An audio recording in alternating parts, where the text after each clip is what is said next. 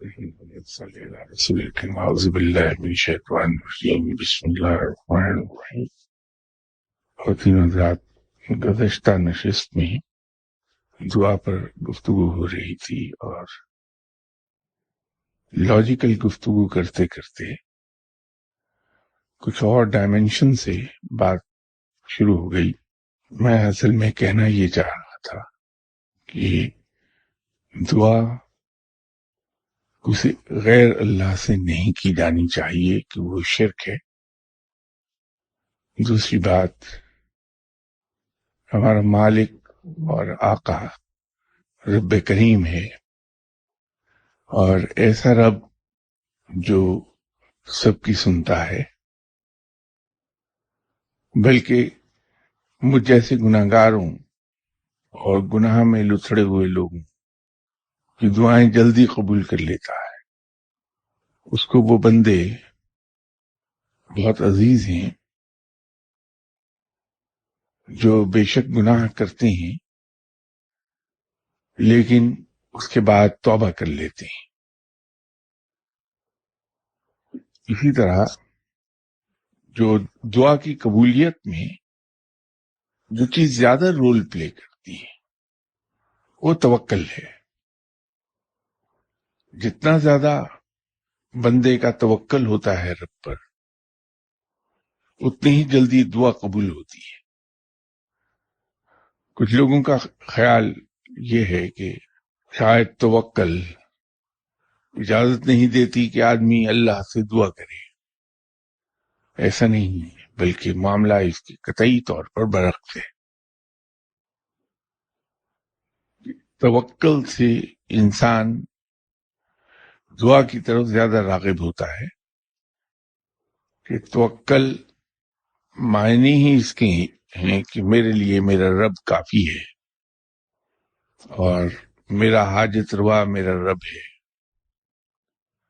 جب سے میں پیدا ہوا آج تک میری یہ ضروریات پوری کر رہا ہے، مانگے سے بھی اور زیادہ تر بغیر مانگے۔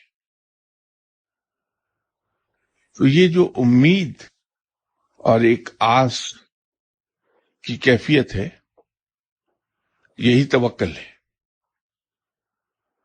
تو جب ہم دعا مانگتے ہیں پوری امید اور توکل کے ساتھ، پوری آس اور پوری امید کے ساتھ، بلکہ میں اس میں ایک لفظ اپنی طرف سے ایڈ کرنا چاہوں گا کہ پورے یقین کے ساتھ دعا مانگتے ہیں تو دعا جلدی قبول ہوتی ہے۔ مثال کے طور پر، ہم میں سے اکثر لوگ دعا مانگتے ہوئے یہ غلطی کر جاتے ہیں کہ رب تعالیٰ سے یہ کہتے ہیں کہ یا باری تعالیٰ تو بڑا رحیم و کریم ہے، تیرے خزانے بے پایا ہیں، تو چاہے تو یہ عطا کر دے۔ بس یہیں فرق آ جائے گا ایک متوکل کی دعا میں اور ایک مجھ جیسے عام انسان کی دعا میں، کہ میں دعا مانگوں گا تو رب تعالیٰ سے یہ عرض کروں گا کہ اگر تو چاہے تو یہ عطا کر دے۔ لیکن جب ایک متوکل آدمی رب سے مانگے گا تو وہ رب کے حضور یہ کہے گا کہ تو مجھے یہ عطا کر دے، چاہے کو نہیں لاتا درمیان میں، کیونکہ یہ بندے کے اپنے رب پر یقین کے ڈاواڈول ہونے کی نشانی ہے۔ تو ایک امید و بیم کی کیفیت ہے کہ معلوم نہیں وہ چاہے گا یا نہیں چاہے گا، تو اس کو اپنی طرف جو انسان راغب کرتا ہے یہ کہہ کے کہ تو چاہے تو یہ عطا کر دے، یہی غلطی ہو جاتی ہے۔ یہ الفاظ استعمال نہ کیے جائیں رب کے ساتھ، بلکہ یہ کہا جائے کہ تو یہ چیز مجھے عطا کر دے۔ اور اگر اللہ ہمیں یہ توفیق بخش دے تو ہم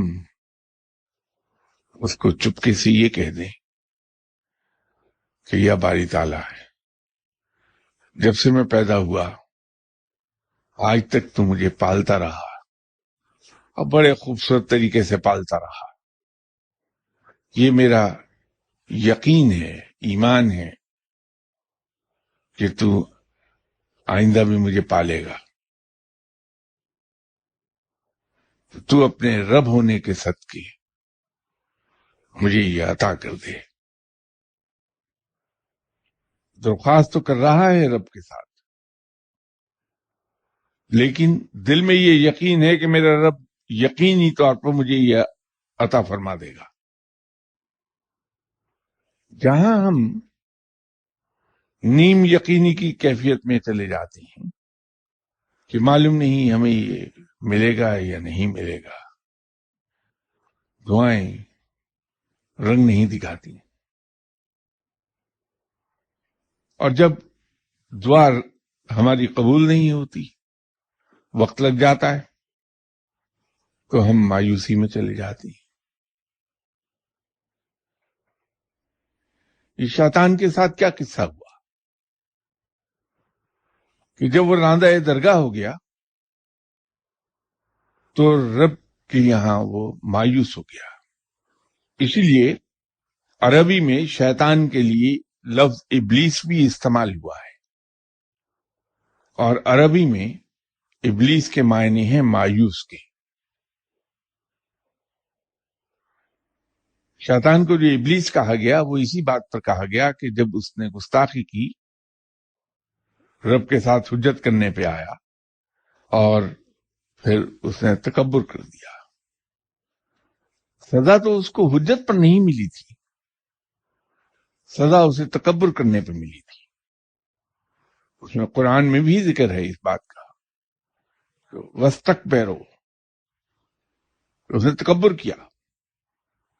سزا دراصل تکبر پر ملی، غلطی پر سزا نہیں دی گئی تھی اس کو۔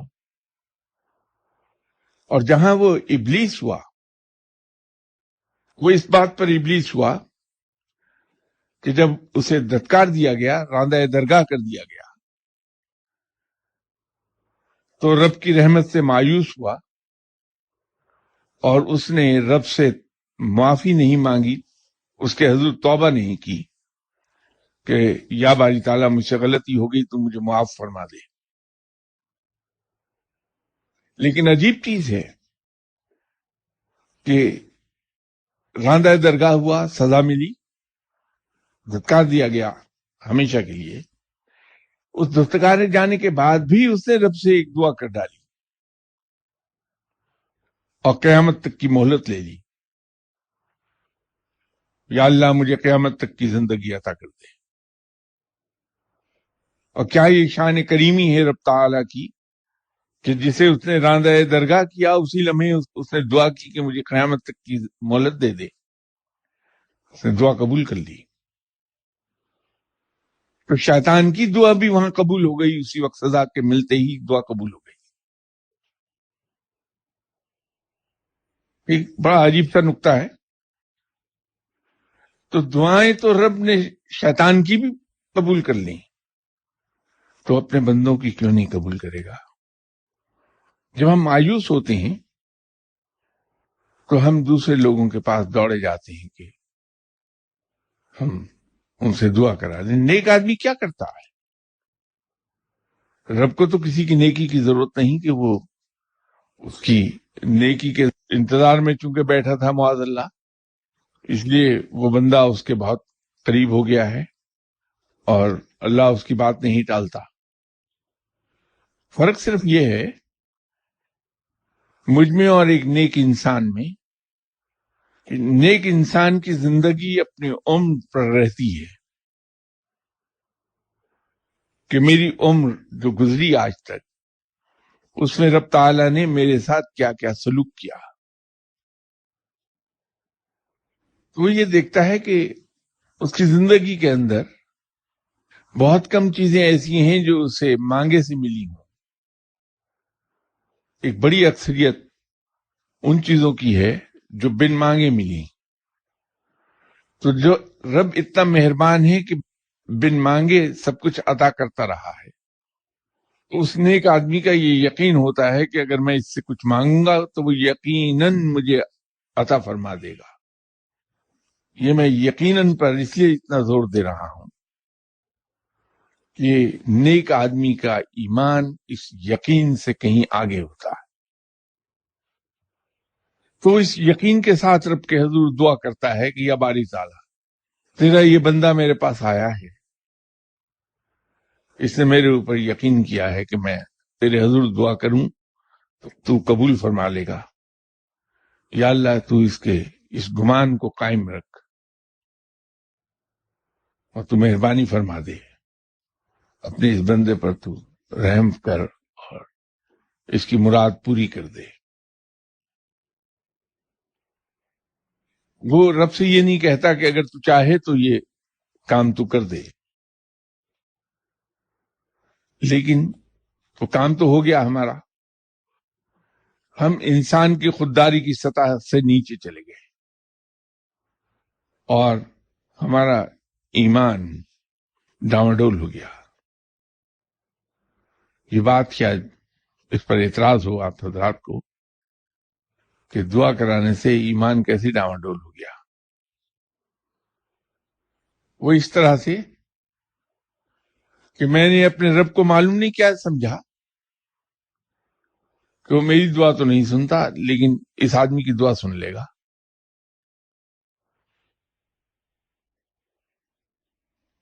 یہ ایک عجیب نقطہ ہے، اس کو بڑی گہرائی سے دیکھا جانا چاہیے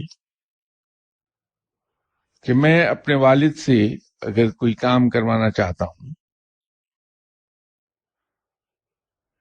اور میں کسی اور کے پاس چلا جاؤں، ان کے کسی دوست کے پاس، اور ان سے جا کے ریکویسٹ کروں کہ آپ میرے والد کے دوست ہیں، میرا یہ کام ہے بھائی اپنے والد سے،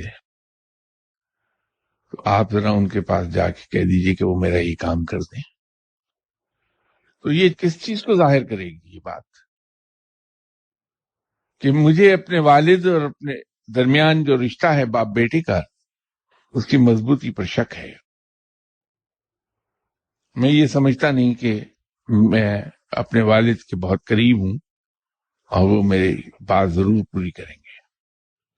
میں نے شک کر لیا ہے اس رشتے پر جو میرے اور میرے والد کے درمیان ہے، اس کی مضبوطی پر شک کر لیا ہے. تو یہ بندگی کی شرائط کے خلاف ہے کہ اس پر شک کر لیا جائے. جو ہمارا رشتہ ہے اپنے رب کے ساتھ، وہ بندے کا اور آقا کا ہے. ہم اس کو غلام ہیں. یہ اور بات ہے کہ ہمارا رب تو آقا کی تمام شرائط پر نہ صرف پورا اترتا ہے بلکہ بیونڈ کال آف ڈیوٹی جو کہتے ہیں انگریزی میں، وہ آقا ہونے کا حق اس حق سے کہیں زیادہ ادا کرتا ہے. لیکن ہم بندگی کی ان شرائط کو توڑ دیتے ہیں. جب اس کے حضور سفارشوں کی تلاش میں نکلتے ہیں تو کہیں at the back of our mind, جب یہ میں نے دعا کا سلسلہ شروع کیا تھا تو پہلے دن آپ کی خدمت میں عرض کیا تھا کہ انسان کے دماغ کے 3 لیول ہیں. ایک کانشیس مائنڈ، دوسرا سب کانشیس مائنڈ، اور تیسرا انکانشیس مائنڈ. تو کانشیس مائنڈ دعا کرتا ہے اور اس کے بعد وہ شفٹ ہو جاتی ہے سب کانشیس مائنڈ کو، اور سب کانشیس مائنڈ دعا کرتا رہتا ہے اس وقت تک جب تک کہ دعا قبول نہیں ہوتی.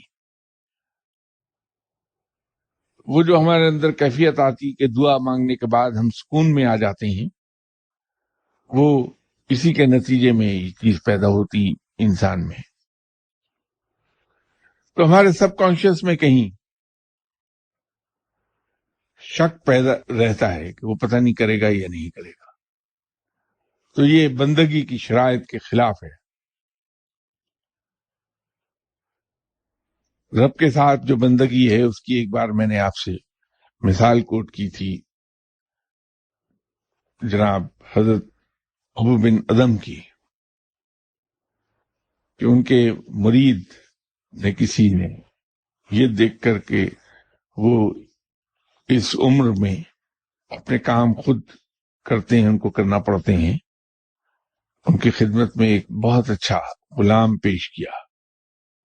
وہ زمانہ تھا غلاموں کا. حضرت ابو بن اعظم بہت خوش ہوئے اس غلام کو دیکھ کے، وہ تھا بھی اسی قابل. حضرت ابو بن اعظم نے ان سے، غلام سے ہی پوچھا کہ بھائی تمہارا نام کیا ہے؟ غلام نے کہا کہ صاحب میرا کوئی نام نہیں ہے. ابو بن اعظم نے پوچھا کہ اچھا چلو یوں بتا دو کہ تم کس نام سے پکارے جانا پسند کرو گے؟ غلام نے کہا کہ حضور ہر اس نام سے جس سے آپ مجھے پکارنا چاہیں. حضرت ابو بن اعظم نے غلام سے پوچھا کہ تمہیں کھانے میں کیا چیز پسند ہے؟ تو جواب آیا کہ حضور ہر وہ چیز جو آپ مجھے کھلانا چاہیں. پوچھا کہ پہننا کیا پسند کرتے ہو؟ ہر وہ لباس جو آپ مجھے پہنانا چاہیں. جواب آ گیا. سوتے کب ہو؟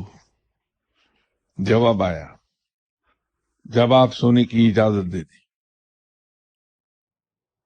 حضرت ابو بن اعظم نے پوچھا کہ تمہاری اپنی بھی کوئی مرضی ہے؟ کہا کہ حضور میں تو آپ کا غلام ہوں. غلام کی کیا مرضی؟ حضرت ابو بن اعظم نے چیخ ماری اور بے ہوش ہو گئے.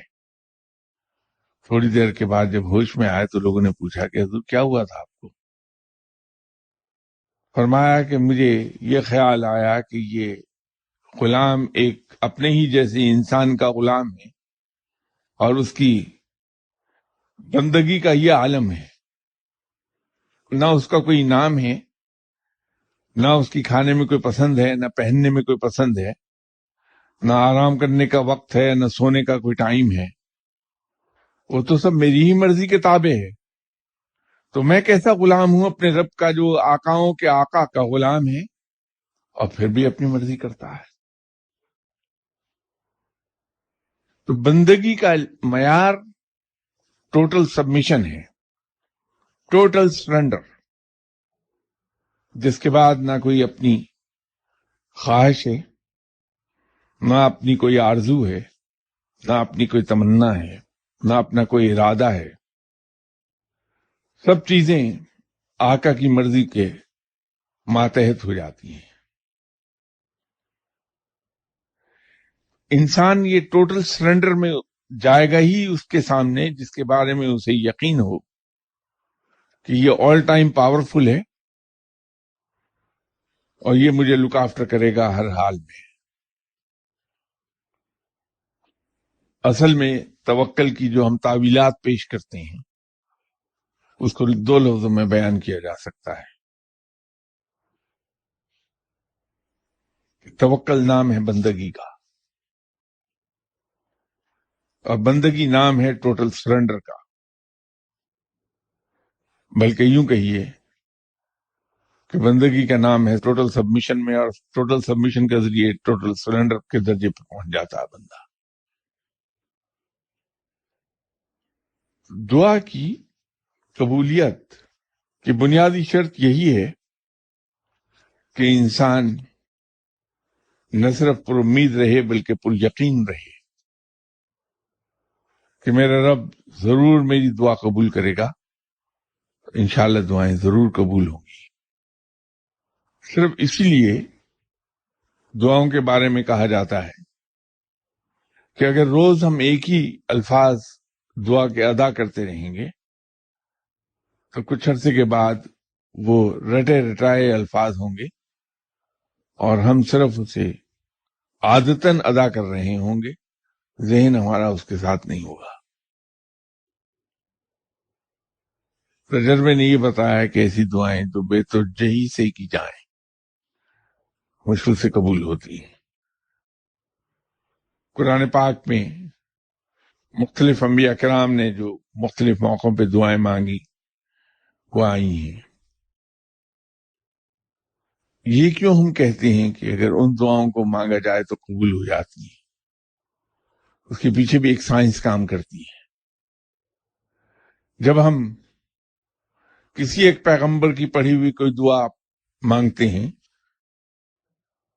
میں حضرت یونس علیہ السلام کی مانگی ہوئی مشہور دعا کی مثال دے دیتا ہوں کہ اس سے آپ سبھی واقف ہیں.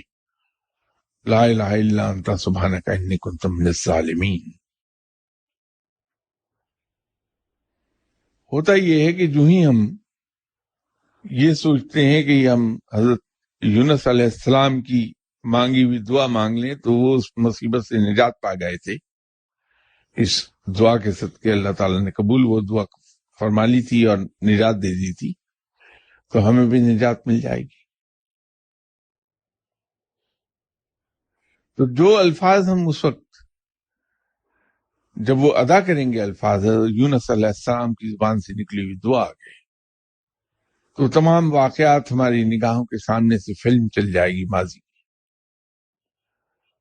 اور یہ یقین پیدا ہو جائے گا کہ یہ حضرت یونس علیہ السلام نے دعا مانگی تھی تو اللہ نے اس دعا کو قبول کر لیا تھا، تو میری دعا کو بھی اللہ قبول کر لے گا. وہ اس لیے پیغمبروں کی مانگی دعائیں مانگنے سے جلدی کام ہوتے ہیں، اس کی قبولیت اس وجہ سے ہو جاتی کہ ہم یکسو ہو جاتے ہیں، ایک دم پر یقین ہو کر یکسو ہو جاتے ہیں. ماضی سامنے آتا ہے تو ایک انالوجی ہمارے سامنے ہوتی ہے، اگر اس وقت یہ کام ہوا تو آج بھی ہو جائے گا. اس وقت اگر حضرت یونس علیہ السلام کی دعا قبول ہوئی تھی تو آج بھی ہو جائے گی، تو وہ یقین آ جاتا ہے. اب رہ گیا یہ سوال کہ دعا کیسے مانگی جانی چاہیے. ہم جب طویل دعائیں مانگتے ہیں، بڑی لمبی چوڑی، تو ہماری توجہ بڑھ جاتی ہے، کنسنٹریشن کا وہ لیول نہیں رہتا. تو اگر ہم دعائیں مختصر اور جامع مانگیں تو ہم پوری توجہ سے ادا کریں گے الفاظ کو. آپ صلی اللہ علیہ وسلم نے ہمیں ایک دعا بتائی ہے، یا اللہ میری دنیا بھی بہتر کر دے اور آخرت بھی، اور جہنم کے عذاب سے، آگ کے عذاب سے ہمیں نجات دلا دے. بڑی جامع دعا ہے کہ دنیا بھی اچھی کر دے اور آخرت بھی اچھی کر دے. بات یہ ہے کہ میں ایک بات اکثر یہ عرض کرتا ہوں کہ میں یہ سمجھتا ہوں کہ اس دنیا کی زندگی زیادہ اہم ہے آخرت کی زندگی سے. اس بات پہ بہت لوگ چونکتے ہیں. آج تک تو ہم یہی سنتے آئے ہیں کہ آخرت کی زندگی ہی سب کچھ ہے، وہ دائمی ہے، یہ فانی ہے. تو فانی زندگی دائمی زندگی پر کس طرح فضیلت رکھتی ہوگی. تو میرا کہنا یہ ہے اس سے کہ اگر اس دنیا میں ہم اچھی طرح رہتے ہیں اور اس دنیا میں ہمارے اعمال اچھی ہیں تو آخرت بھی اچھی ہو جائے گی. اور اگر اس کو ہم نے اہمیت نہ دی اور اس کو روا روی میں گزار گئے زندگی کو، تو آخرت بھی اچھی نہ ہو سکی، پٹ گئے. تو آخرت کی بنیاد اس ابدی زندگی کی بنیاد اس فانی زندگی پر ہے. تو اہم کیا ہے؟ اگر ہم زور اس بات پر دے دیں کہ ہماری یہ یہاں کی زندگی خوبصورت ہو جائے. اب جب میں خوبصورت کہتا ہوں تو اس سے مراد یہ مت لے لیجئے گا کہ خوبصورتی کا وہ معیار ہے جو میرے ذہن میں ہے. خوبصورتی کا معیار میں وہ کہتا ہوں جو آپ جیسے نیک لوگوں کے ذہن میں، وہ خوبصورت زندگی ہے. میرے ذہن میں جو خوبصورتی کا معیار ہے وہ تو پرآسائش زندگی کی ہے کہ یا اللہ مجھ کو ایک محل عطا کر دے، یا اللہ مجھ کو غلاموں کی ایک فوج عطا کر دے، یا اللہ مجھ کو بڑے فاخرانہ لباس عطا کر دے. میرا ذہن تو جاتا ہی صرف وہاں تک، اس سے آگے اس کی پرواز ہی نہیں. لیکن آپ جیسے نیک لوگ جو ہیں، جو زندگی یہاں کی خوبصورت کہتے ہیں، وہ در حقیقت وہ زندگی ہے جو آپ صلی اللہ علیہ وسلم نے خوبصورت زندگی گزاری اس دنیا کی. وہ زندگی خوبصورت ہے، پرآسائش نہیں تھی، خوبصورت بہت تھی وہ زندگی. اور اس خوبصورتی کا نتیجہ یہ ہے کہ آج وہ لوگ جو آپ صلی اللہ علیہ وسلم پر ایمان نہیں رکھتے، وہ بھی مجبور ہیں کہ آپ صلی اللہ علیہ وسلم کو دنیا کا عظیم ترین شخص نہ صرف مانے، بلکہ عظیم ترین لوگ جو میلینیم کے گزرے ہیں ان میں آپ صلی اللہ علیہ وسلم کا نام سر فہرست ہو، نمبر 1 پر رکھیں. یہ اس خوبصورت زندگی کا نتیجہ ہے، پرآسائش زندگی کا نتیجہ نہیں ہے. پرآسائش زندگی جولیس سیزر نے بھی گزاری ہے، اس کا نام دنیا کے عظیم لوگوں میں نہیں آتا. پرآسائش زندگی ریمس نے بھی گزاری ہے، بہت پرآسائش زندگی تھی، اس کا نام عظیم ترین لوگوں میں نہیں آیا. تو نان بلیور بھی اگر نام دنیا کے عظیم ترین انسان کے طور پر لکھنے پر مجبور ہو جائیں تو وہ خوبصورت زندگی ہے. خوبصورت زندگی ایک ہی طریقے پر آ جائے گی ہماری کہ ہم اپنے لیے نہ جئیں، ہم دوسروں کے لیے جئیں. ایک چھوٹی سی روزمرہ کی زندگی میں سے ایک مثال میں آپ کی خدمت میں اگر پیش کروں تو خوبصورت زندگی کا مفہوم شاید سمجھ میں آ جائے، جو میں جس کو خوبصورت زندگی کہہ رہا ہوں. آپ صبح آفس جانے کے لیے گھر سے نکلتے ہیں،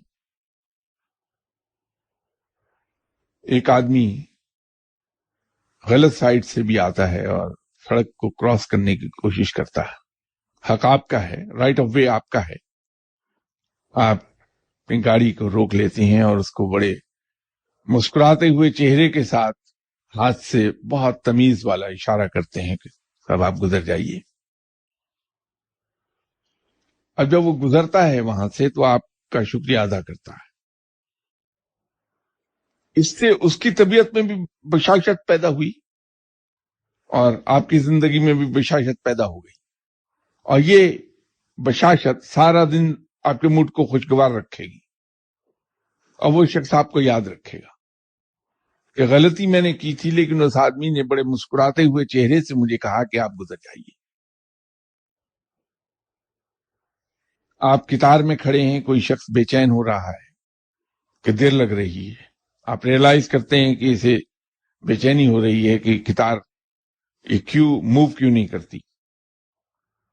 آپ اس سے بہت مسکراتے ہوئے، مسکراہٹ یاد رکھیے صرف 32 دانتوں کی نمائش نہیں ہوتی، بلکہ جب انسان اندر سے مسکراتا ہے تو اس کی آنکھیں مسکرانے لگتی ہیں، اور وہ مسکراتی ہوئی آنکھیں ہر شخص پر اثر انداز ہو جاتی ہیں. تو جب آپ اندر سے خوش ہو کے اندر سے مسکراتے ہوئے اسے آفر کرتے ہیں کہ مجھے اتنی جلدی نہیں، آپ تشریف لے آئیے، مجھ سے آگے کھڑے ہو جائیں، آپ کی جگہ میں لے لوں گا، اور اس کو بڑے پیار سے اپنے دونوں ہاتھ اس کے دونوں شولڈرز کے قریب رکھ کے بازوؤں پر، اور اس کو ہنستے ہوئے لے آتے ہیں کہ صاحب یہاں تشریف لائیے. آپ کی زندگی میں بھی، آپ کی اس دن کی زندگی میں بھی بشاشت پیدا ہو گئی. پورا دن ایک خوشی کا احساس رہے گا آپ کے اندر، اور وہ شخص بھی آپ کو یاد کرتا ہوا خوش رہے گا. یہ ہے اچھی زندگی. تو آپ جب دوسروں کے لیے زندہ رہتے ہیں، اپنی ذات کو بالکل ہی اگنور کر دیتے ہیں، صرف دوسروں کے لیے زندہ رہتے ہیں، وہ خوبصورت ہے زندگی. آپ صلی اللہ علیہ وسلم کی زندگی کو دیکھ لیجئے، کہاں آپ صلی اللہ علیہ وسلم نے اپنے آپ کو ترجیح دی ہے دوسروں پر؟ کہیں بھی نہیں. دوسروں کے لیے دکھ سہے ہیں، دوسروں ہی کے آرام و آسائش کے لیے خود تکلیفیں اٹھائی ہیں، دوسروں ہی کا بھلا کیا ہے. تو وہ خوبصورت زندگی ہے. اگر وہ یہ زندگی ہم نے کسی طرح خوبصورت اپنی کر لی تو آخرت خود بخود خوبصورت ہو جائے گی. ایک کمال کی چیز ہے کہ آپ صلی اللہ علیہ وسلم کی تمام عمر کی دعاؤں کو اگر ہم دیکھیں تو وہاں کوئی دنیاوی دعا نہیں نظر آتی. ایک عجیب چیز ہے. آپ کی 62 سالہ زندگی میں کہیں ایک دن کوئی دنیاوی زندگی، کوئی دنیاوی دعا کہیں نہیں پائی جاتی. اور یہ کیا کمال کی بات ہے. ایک بات طے شدہ تھی کہ آپ صلی اللہ علیہ وسلم جنت میں سب سے پہلے داخل کیے جائیں گے. جنت گارنٹیڈ. اس کے باوجود بھی ساری عمر معافی مانگتے رہے رب تعالیٰ سے. اس کے برعکس اگر آپ میری دعائیں دیکھیں گے جو ساری عمر میں مانگتا رہا، اس میں نہ کہیں مغفرت کی دعا ہے، نہ کہیں معافی ہے، نہ کہیں توبہ ہے رب کے حضور. سارا وقت میں یہی دعائیں مانگتا رہا کہ یا اللہ مجھے ایک بڑا سا ٹیلی ویژن عطا کر دے، یا اللہ مجھے ایک گاڑی عطا کر دے، یا اللہ مجھ کو یہ دے دے، یا اللہ مجھ کو وہ دے دے.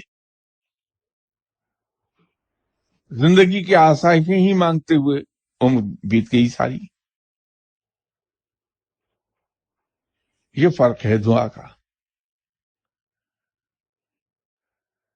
تو دعا وہی جو پورے یقین کے ساتھ مانی جائے، پورے توکل کے ساتھ مانگی جائے، وہ یقینی طور پہ قبول ہوتی ہے. دوسروں کے پاس جانا کہ وہ میرے رب کے حضور میرے لیے دعا کر دے، میں سمجھتا ہوں کہ اپنے رب پر بھروسے کی کمی ہے. میں تو یہ سمجھتا ہوں کہ وہ صرف میرا رب ہے. تو جب یہ یقین ہے میرے دل میں کہ وہ صرف میرا رب ہے، ایک اس کے ساتھ سینس آف بلونگنگ ہے. یہ صرف میرا رب ہے کا مطلب یہ نہیں کہ میں کوئی کلیم کر رہا ہوں کہ کوئی میرے رب کو اپنا رب نہ مانے. ایسا نہیں ہے.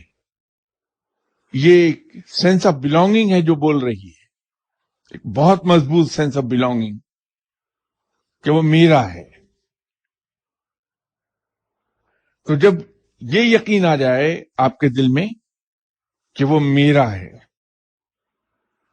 تو یہ یقین خود بخود آ جائے گا کہ اس کے خزانے بے پایاں ہیں، بے حساب ہیں.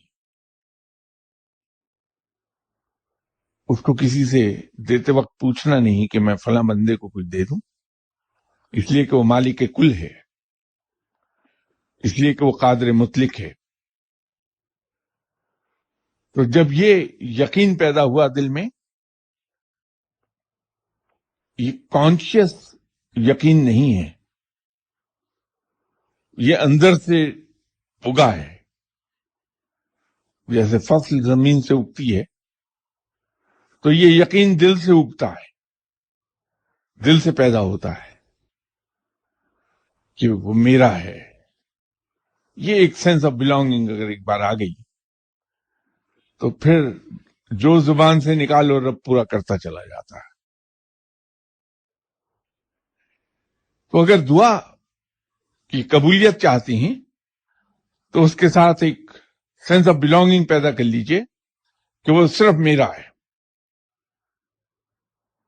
دعائیں قبول ہونے لگیں گی. وہاں تو پھر اس مقام پر آتا ہے کہ اٹھایا ایک کاغذ کے اوپر لکھا کہ یا باری تعالیٰ میری یہ ضرورت آن پڑی ہے اور اسے فلاں ڈیٹ تک پورا کرنا ہے، تو مہربانی فرما وسائل پیدا کر دے. وہ لیٹر لکھ کے پوسٹ کر دیتا اللہ کے نام، اور پھر انتظار نہیں کرتا کہ اپروول آئی کہ نہیں آئی.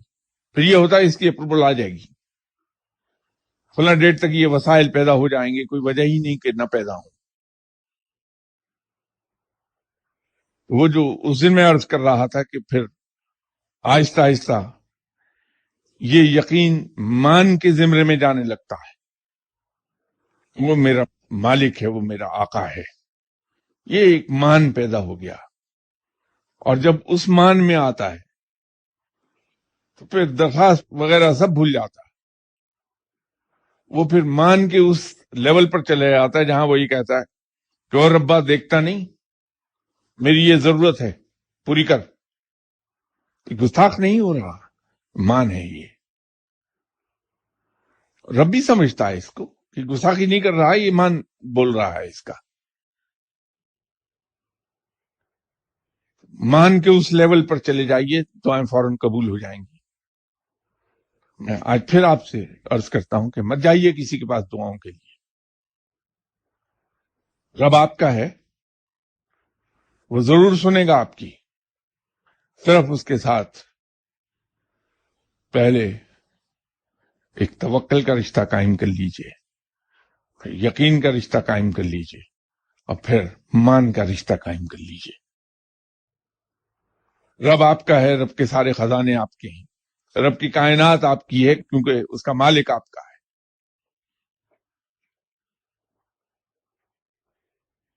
کچھ سوالات ہیں جو رہ گئے اس اتوار میں انشاءاللہ تعالی اس سلسلے میں اگلی اتوار عرض کروں گا.